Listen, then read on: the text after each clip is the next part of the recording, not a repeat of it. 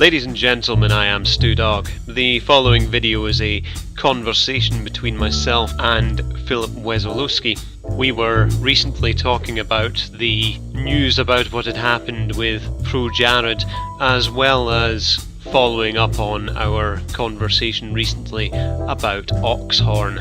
You will find the links to Philip's channel in the description down below. Enjoy!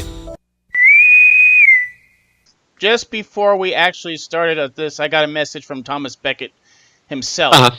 And I don't think we ever talked about this or not, but Thomas Becket has talked about this in the past. I'll read the comment word for word. A few topics you have missed in this video is the fact Oxhorn using an alt account named KK trying to dox people in the days leading up to his response video. I made a video about it. How do I know he was behind that account? Well, I looked it up on Social Blade, and the account was created only 4 days after his account way back in October 2011. And in all the time since then, that account has only subscribed to Oxhorn and literally no one else.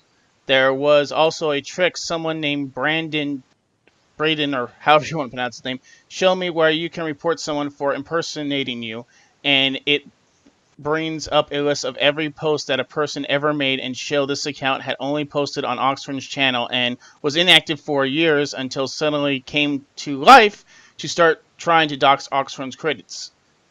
There's no possible way this was a coincidence. Also, the candidacy of the account was identical to Oxhorn's way of speaking. That's one part of the comment. You didn't. I heard about it, about the whole KK account. What about you? Yeah, I remember seeing a video about it. I think it was a video by Thomas Becket. But yeah, I've heard about that one and the sort of the accusations that it very possibly is Oxhorn using an alt account to defend himself, basically. Yeah, because in the end of the comment, by the way, that Scottish guy you had on your podcast seemed very knowledgeable, so he commented on you. Thank you very much.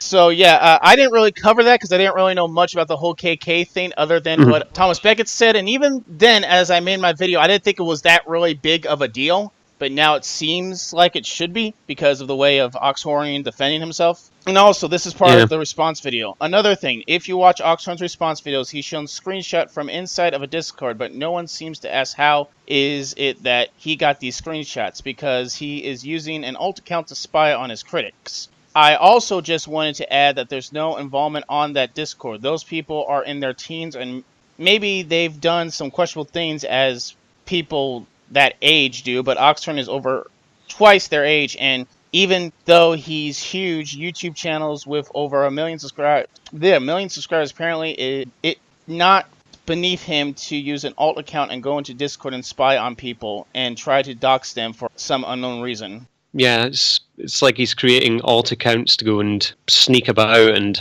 gather information on people that are talking out against him or people that are knowing a little bit too much about him. Because I remember, this is actually from an accusation video, but not Oxhorn, but someone else who was falsely accused for something. And apparently, these screenshots that happened to this person was basically given by another person on the Discord itself. It wasn't like he was spying on them. It was the person that was doing the attacking on this person, and he got the screenshots from the people that's just like, I just don't want to do it anymore.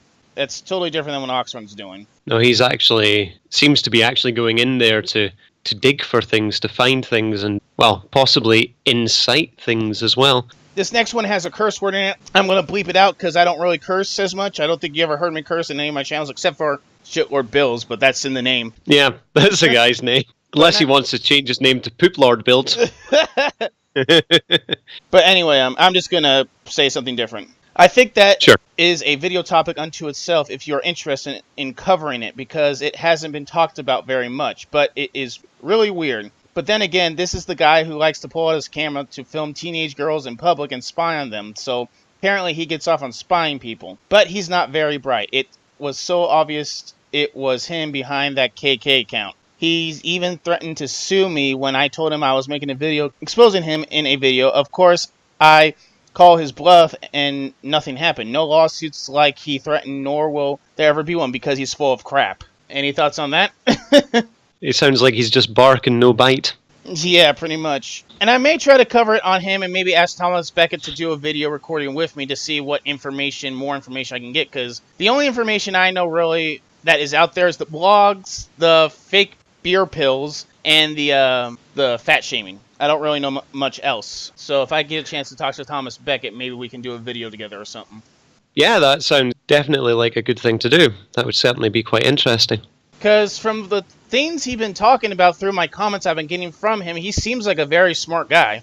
Definitely. I've seen quite a few of his videos on the matter, and they're quite lengthy. They certainly break down all the information very well and get it across quite clearly.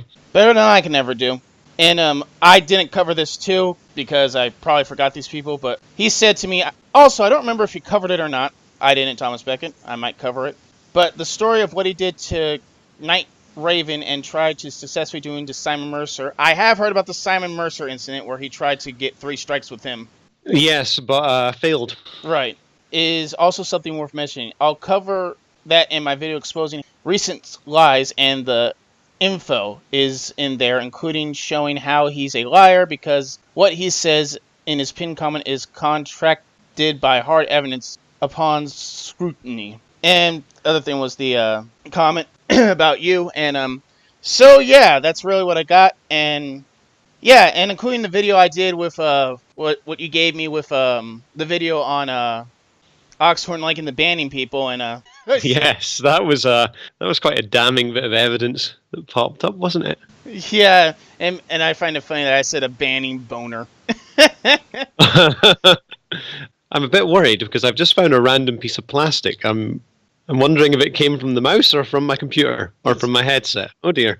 Let's throw that in the bin and pretend that never happened. Yeah. Let's pretend it never happened. But yeah. If I randomly disappear, my computer's exploded because it's fallen apart. And also you're dead too, unless you survive somehow. I'll try and send a pigeon with a letter on it. There we go. But yeah, that's pretty much on the topic of Oxhorn right now, and I know Thomas Beckett's going to do a big video on it as well. Probably put some of my stuff in there too, because I've been helping him out the last couple of... Well, I've been helping out a lot of people the last couple of months. Cool. Well, as far as I know, in the last week, there hasn't really been any... I haven't really seen any sort of developments on the Oxhorn case, apart from the old video about him enjoying to ban people. That was really it. I think that was the day after we recorded the podcast that popped up. But right now, I think what's really more than Oxhorn right now is basically Projared, and my gosh, he's in a pickle. Oh dear. Yeah. Yes. So, from what I can understand, his marriage has been failing for some time. Right. And during the process of the failure, now, obviously, you know a lot more about this than I do. I'm just formulating what I've been able to put together over the last week or so. His marriage had been failing for a while, and he'd been trying to work it out with his wife by they had this agreement to see other people. Now, when she'd been going with other men, she'd been basically getting his consent to do so. But when he was going to see other women, he wasn't seeking her consent to do so. So it had basically been viewed as cheating. That's when the marriage basically broke down. He'd been seeing a lady. He'd said to his wife that he was developing feelings for this lady, and that's when things basically... Well, his wife was like, nah, this isn't cool. So he sought to... be quite amicable. Holly, and his wife's name's Heidi. Yes. Yes, I'd got the names mixed up in my own head. That's alright. Yeah, so he'd basically been putting together a divorce package, and he'd made sure that she had a car and a fair share of the YouTube monies and all that, and they were going to part ways. And then all the stuff came out about he had a Tumblr page where he basically said, send nudes.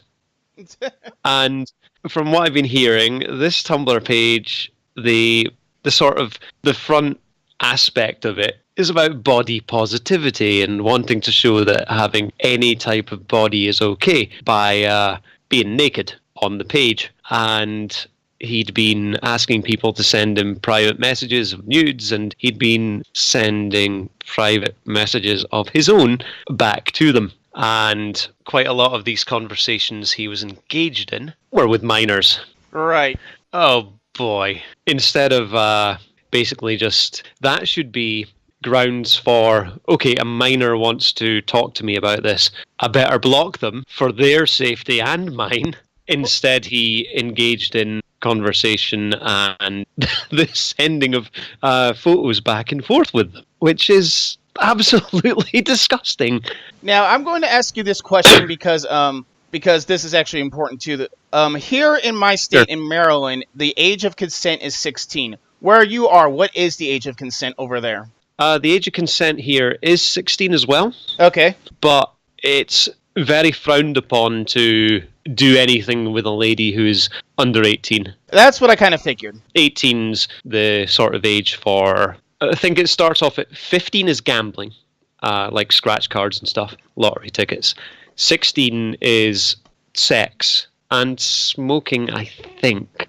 17 is driving, and then 18 is alcohol and everything else. All right. But either way, whether it's 16 over there where you are or 16 here in Maryland, it's both frowned upon here in the States and where you are. Yeah. Like I say, anything under 18 should be no. Because that question was important because even though like I said, both of our consent for sex is 16, like you said, it's still not okay. So let's just, out of argument's sake, let's say Jared's state is 16, out of argument's sake. Yes, he may be sending minors to pictures of nudity to minors ages probably 16, but still, even with that law saying you can have sex with a 16-year-old, I still don't think it would be the right thing to do. No, it's definitely not right to be dealing in photographs from anyone under the age of 18 as well. That should be the sort of cut-off point. You know, also in thinking that a person who's under the age of 18, they're still quite mentally immature as well. They might think of it as a bit of a laugh and a bit of fun, but there are people out there who just generally prey upon children. Internet sex predators. It comes into the sort of levels of things as basically grooming children into, well, what would be his sort of end game if he was looking to have sex with people in his relationship, people that, you know, weren't his wife, that he was going off and basically cheating with. You know, he's got people on a messenger who are quite young that he's in contact with and sharing news with. So would he go that step further? That's the big question there. Yeah, that is the big question. As if from the day this statement's saying that he was filing the divorce, Heidi put out May 8th, and at the same time, on not really the same time, but a different time, Holly said she learned that her husband was having sex with Holly Conrad and behind her back for months. And she really had no idea what the announcement was made due to a fact of blocking her. Which, to be honest, I don't know if you have a girlfriend or not, but if your girlfriend blocks you and she's breaking up with you and she blocks you saying that she's breaking up with you, that's signs of red flags. I'm happily single at the moment. Yeah, that's a big red flag right there. Yeah. I've always been in the sort of mindset in a relationship that if my girlfriend wanted to see anything to do with my social media, I'd just let her see it. Well, yeah. She's like, I want to look at your Facebook profile. I want to see who you've been messaging. Just be like, beep, beep, beep. Sure, there you go. Knock yourself out. Don't mess up my farm in Farmville. No, I've got nothing to hide, you know.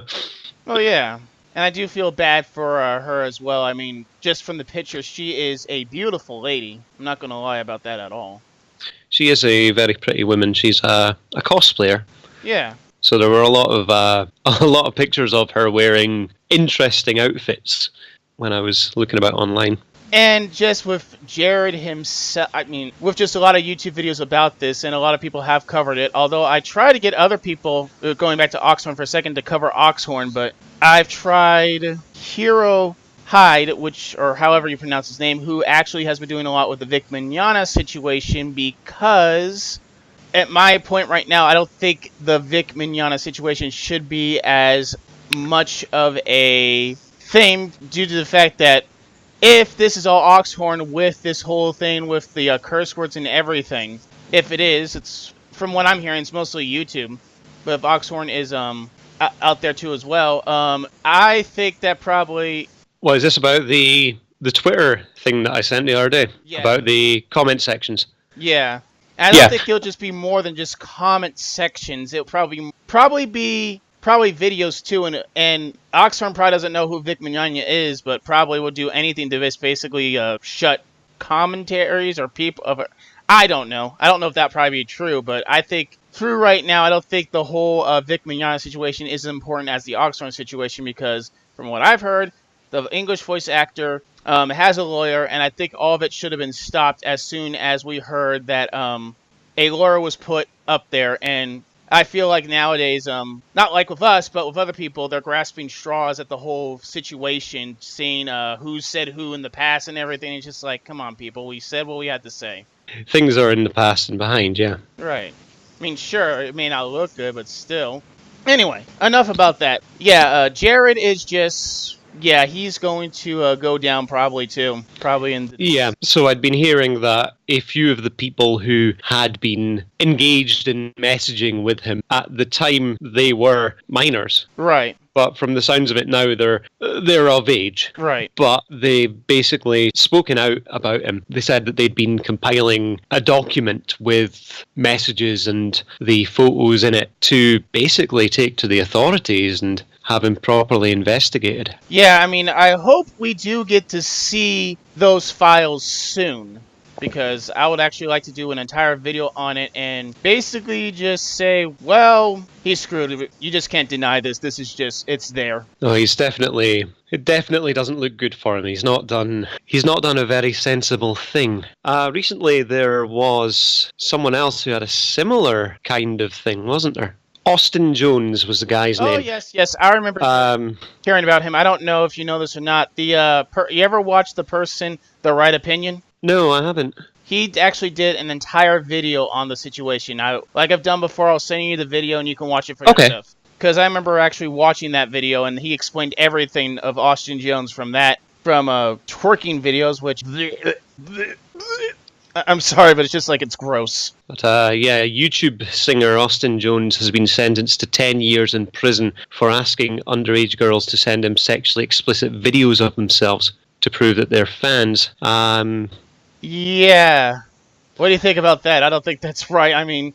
Now, it says here that he was arrested on 2 counts of production of child pornography. So... he admitted to enticing 6 underage girls to make videos for him. Yeah, so if 2 charges come from, 6 people, so that would be a charge of possessing and possibly a charge of distribution, then Projared would be looking at the same thing, because people have sent him images, which he's then published to this Tumblr blog that he had, which I'm not entirely sure if it's still there, or if it's been removed or deleted, or if it's archived or whatever. So the authorities would have to dig into that to find it. But he could potentially be looking at a similar kind of sentence if they can pin it on him.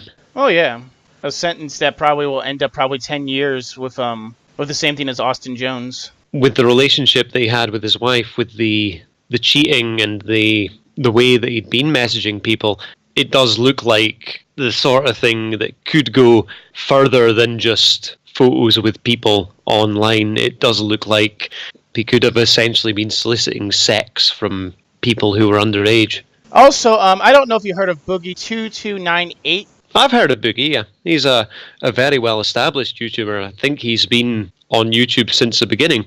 Well, there's been a lot of bad things going up on him, too. He had a divorce due to something with his weight thing, because he is actually a very big man. He's a very large man. I understand that he has managed to lose a lot of weight recently.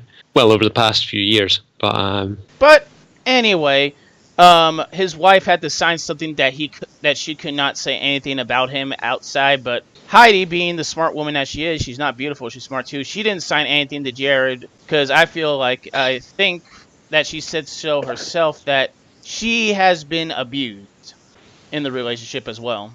Yes, with the cheating thing, I would say that she's been the subject of mental abuse, definitely. And gaslighting too. Yeah, yeah, being gaslit and being made to question herself and question things, and no, I don't think she's been in a very good place. Oh yeah, and yeah, I'm kind of glad that she's actually out of his way and probably is going to say stuff about what's going on, because I think that is it should be said that she's suffered enough. Oh yeah, most definitely. Yeah, definitely better off out of that relationship and away from him. And well, now he's going to have to deal with the consequences of his actions. Pretty much so. Pretty much. But also, besides that, Jared, I mean, it's mostly Oxhorn and Projared, with also a little bit of Fallout 76 if you want to go down that road too, which we probably will. Sure. I think that we see that Projared is getting punished, and he's a big YouTube. Yet with Oxhorn, he does what he does, and basically he doesn't get away with it. Or he does get away with it, excuse me. From what I understand, Projared's channel has taken quite a knock after all of this. He's lost, I think, over 100,000 subscribers now. I'd been hearing different numbers on different videos that I've been watching, but I hadn't checked how old the videos were. But I know that he's lost quite a lot of subs. Right. From both his channels. I know that Oxhorn's taken a little bit of a dent, but nowhere near as much as Projared has. Now a question for you, because I think you remember you say you did not like Fallout 4 and Fallout 76, right? Sure. Yeah, I'm more of a Fallout 3 and New Vegas kind of guy. Any reason why do you not like Fallout 4? And what do you think of the business practice of the Creation Club? Like I said before, I enjoy it, but I know there are problems with it, but I want to take on your part of it. To be honest, I can't really go into a lot of depth with it because I don't actually own Fallout 4 or 76 at the moment. My computer is a bit of a junker, so it doesn't run them.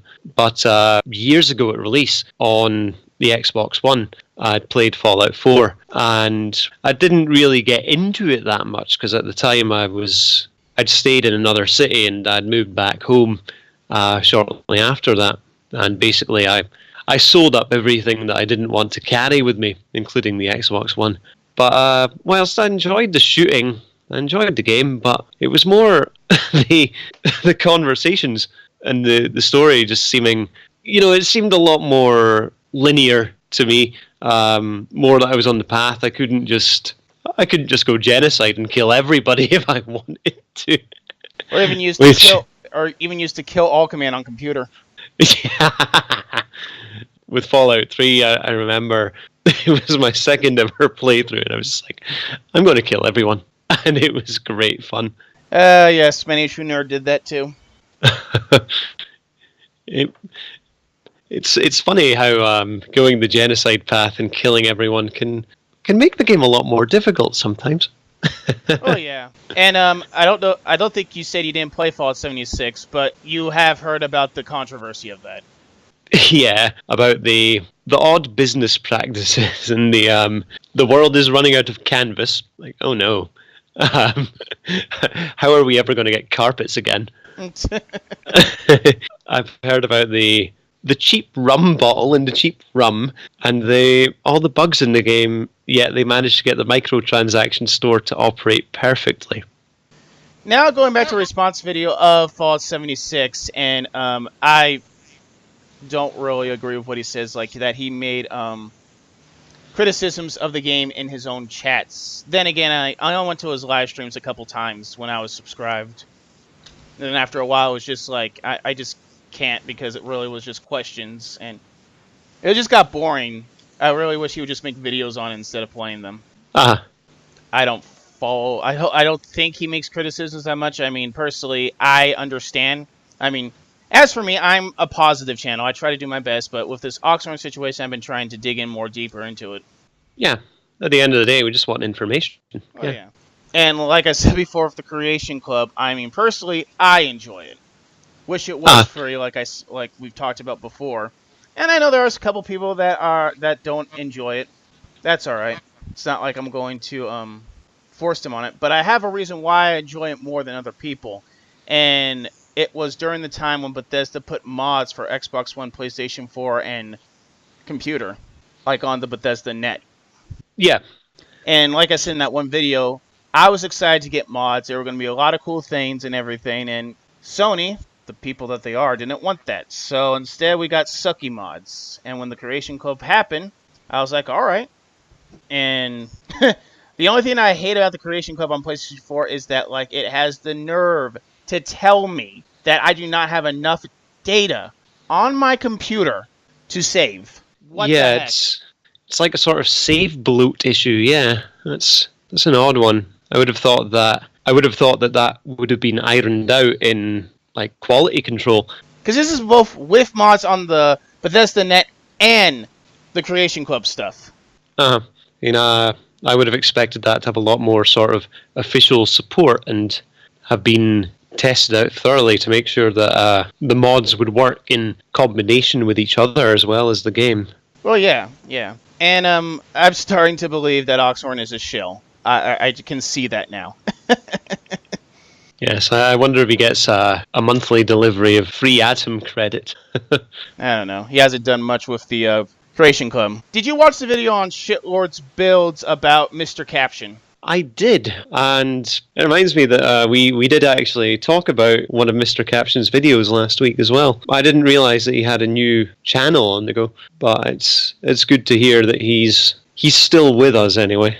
I actually am going to go to a comment because I showed you this comment before, but I want to just hear more of your thoughts on it because, well, apparently they wanted me to take down that video, and I'm like, the dude... When I first heard that Mr. Caption was gone and something about something at first, and I've watched the Fallout video of it, I'm thinking like, did Oxford take it down because he was so critical to Fallout, like the Fallout stuff? And then after Shitlord Build made his video, it wasn't the Fallout 4 that got him. It was that video of that, can't remember that name of the game, but that he got torn to pieces. I wasn't trying to like force him to come out and like do the same videos. I was trying to say like, I liked your videos, I wish you could do more of it. Try to say at least do one video. I mean, from my point of view, the video that you made was very supportive, and I don't think that if Mr. Caption did see the video, I don't think he would have any sort of... He wouldn't be upset by it. It wouldn't stress him out. The video, like you say, it's a genuine message of support that you gave to him. I don't think there's any grounds to take the video down or private it or unlist it for any reason. I think you should leave the video up. That's what I think too. I don't think a person should tell me that...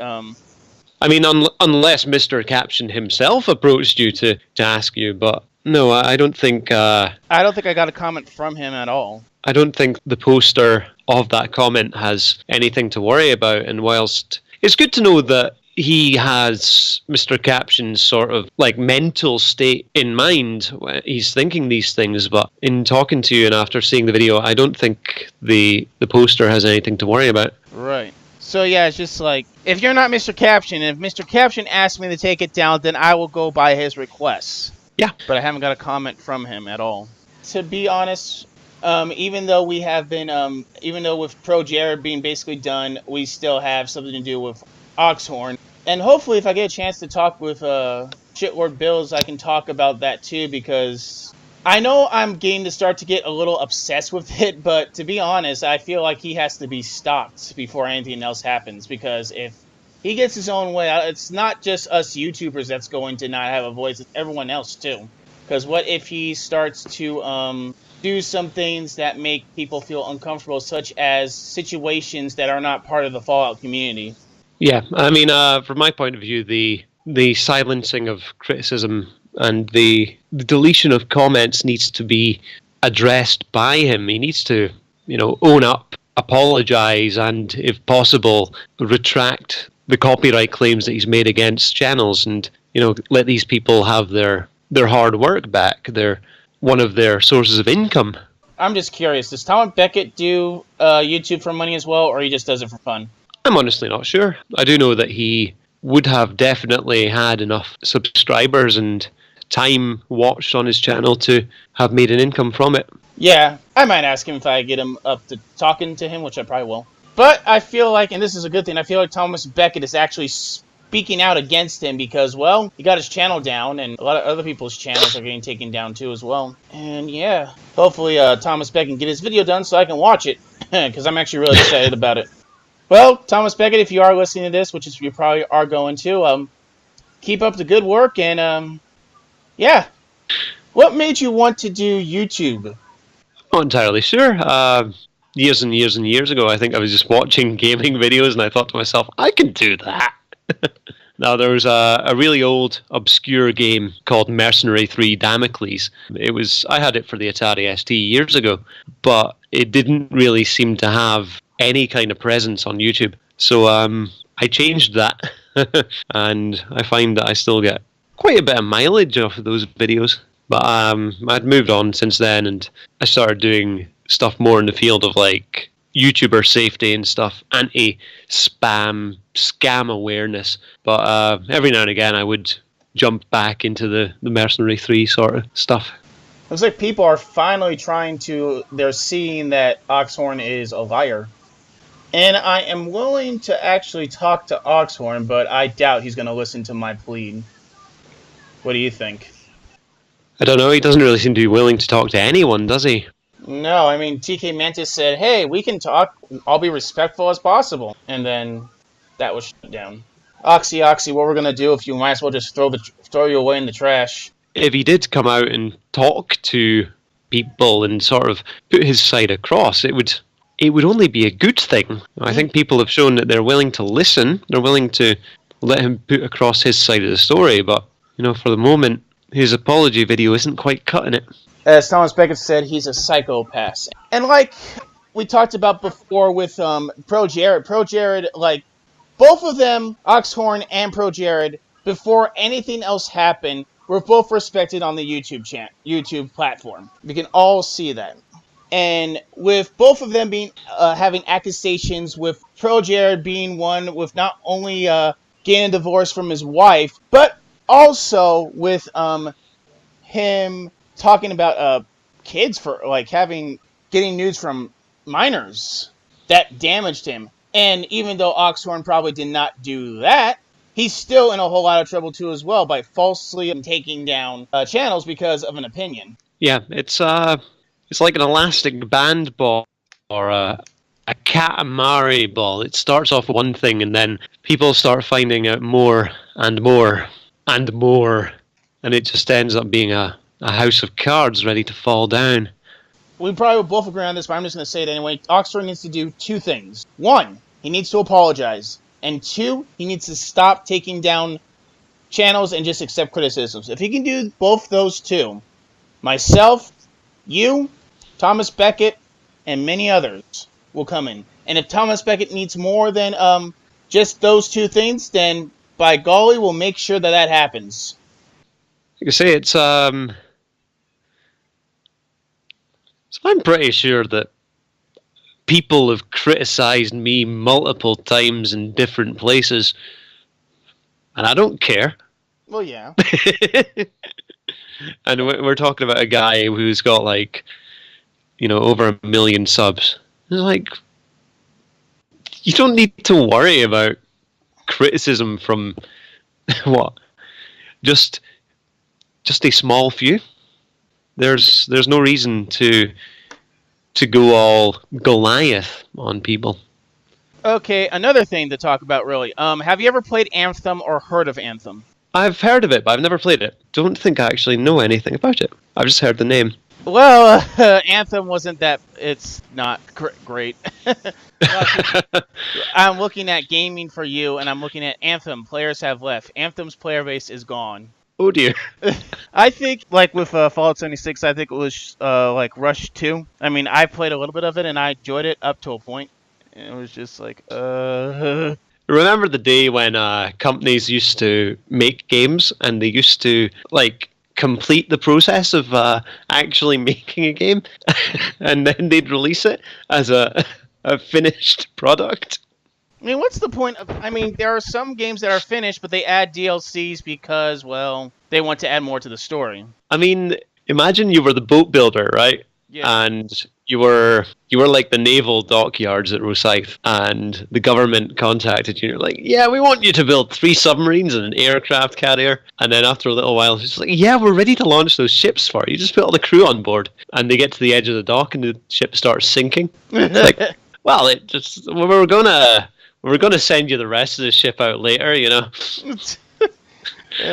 Complete things before you sell them. Yeah, pretty much. And that actually is a great subject to start right now, is because, well, to be honest, we have like Bethesda, who's like the king of Bug Central, and they went from making games they finished to like half finishing.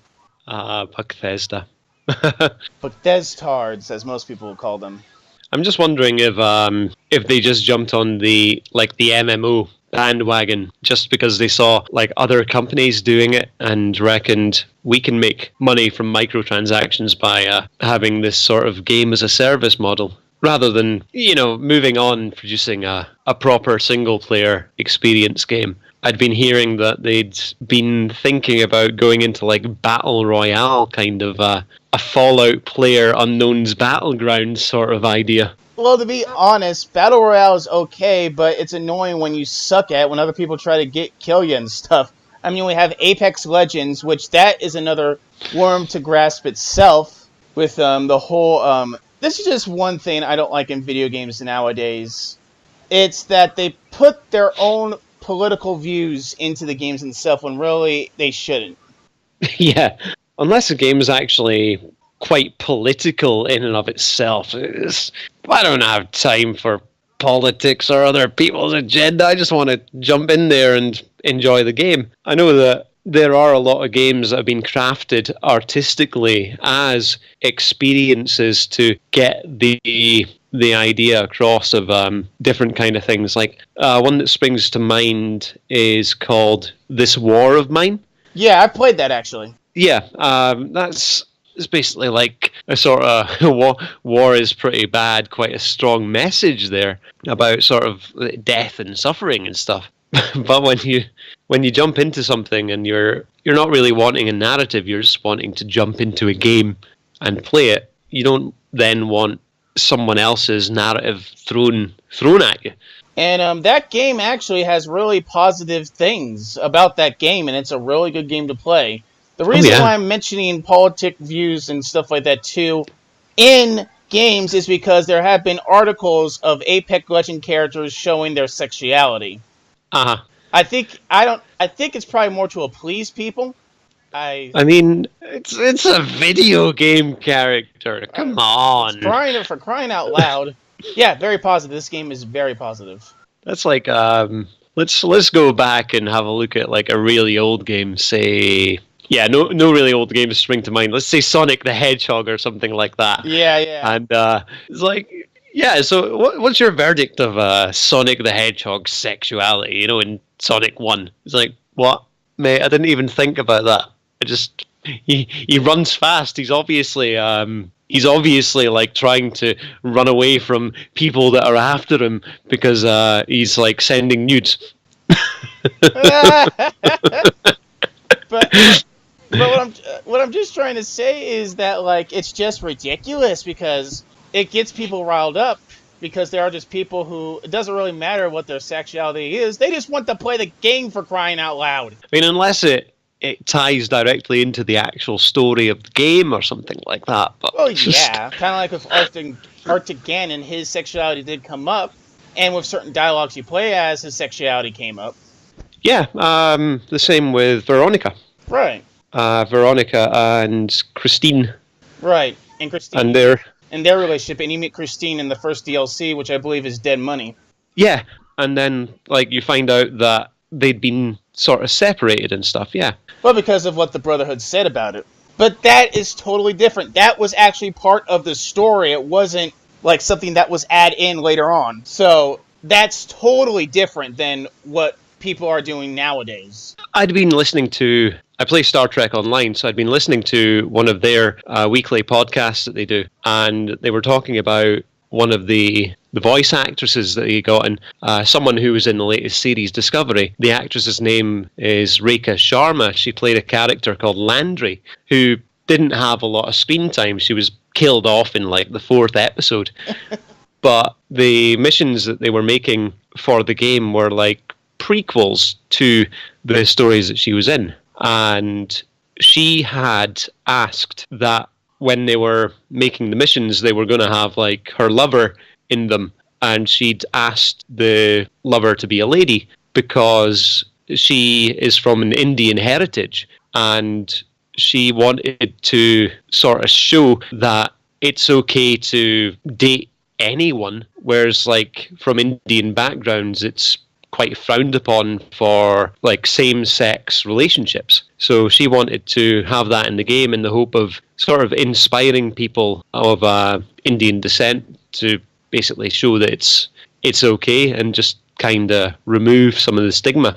And it was handled really well, and the story came across fine, and they did a great job at respecting her wishes and adding it in. I mean, it's not like overblaringly right in your face, but it's something that they managed to do and treat quite respectfully. I get what you're saying, yeah. I decided to bring that up a little bit because, like, a lot of people nowadays are talking about social justice warriors and how they ruin games for everyone. Yes. That's been something that's been going about for quite a while.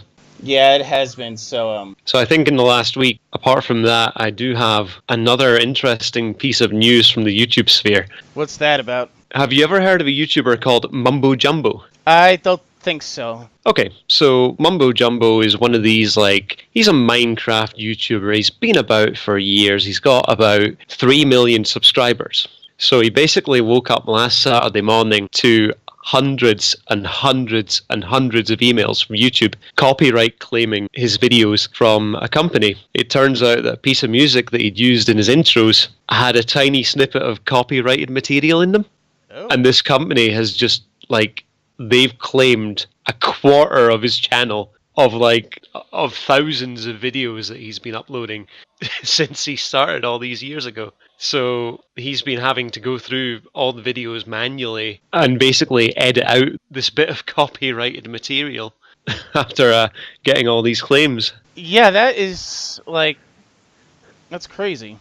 From the sounds of it, whilst he had the rights to use the piece of music, apparently the person who'd created the music had used a sample that belonged to this company. And the YouTube automated copyright system just whacked him.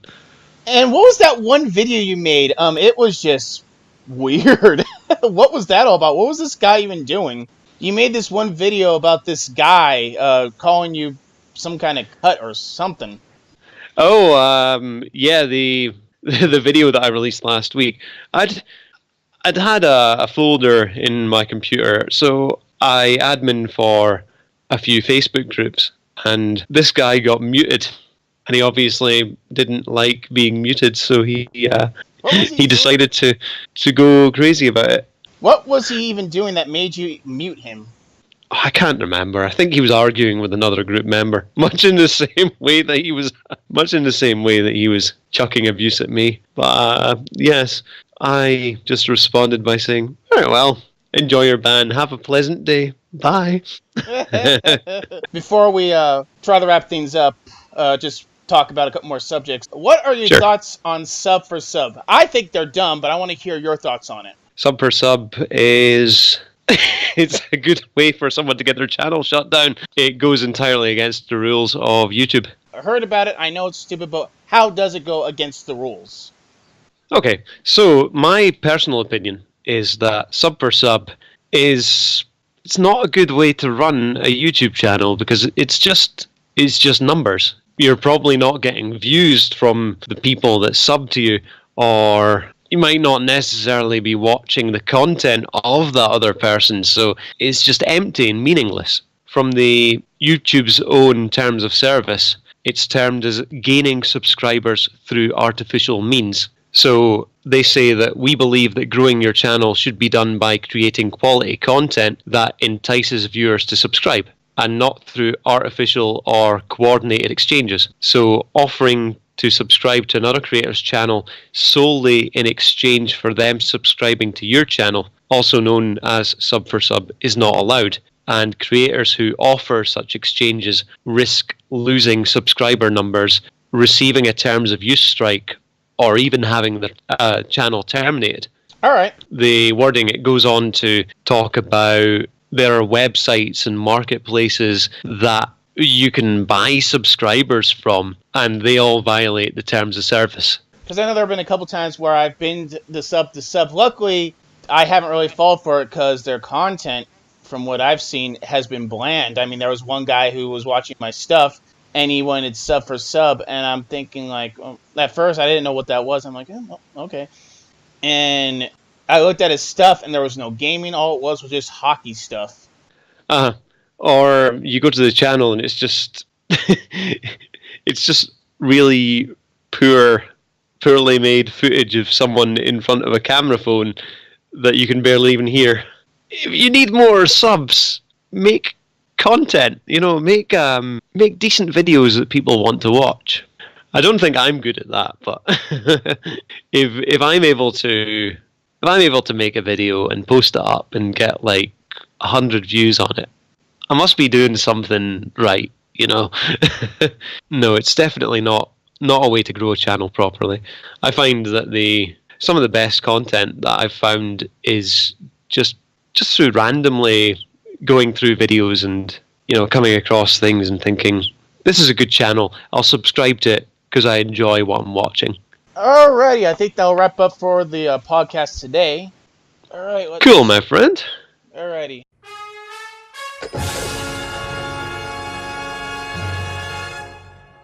Watch Dogs was filmed on location on YouTube.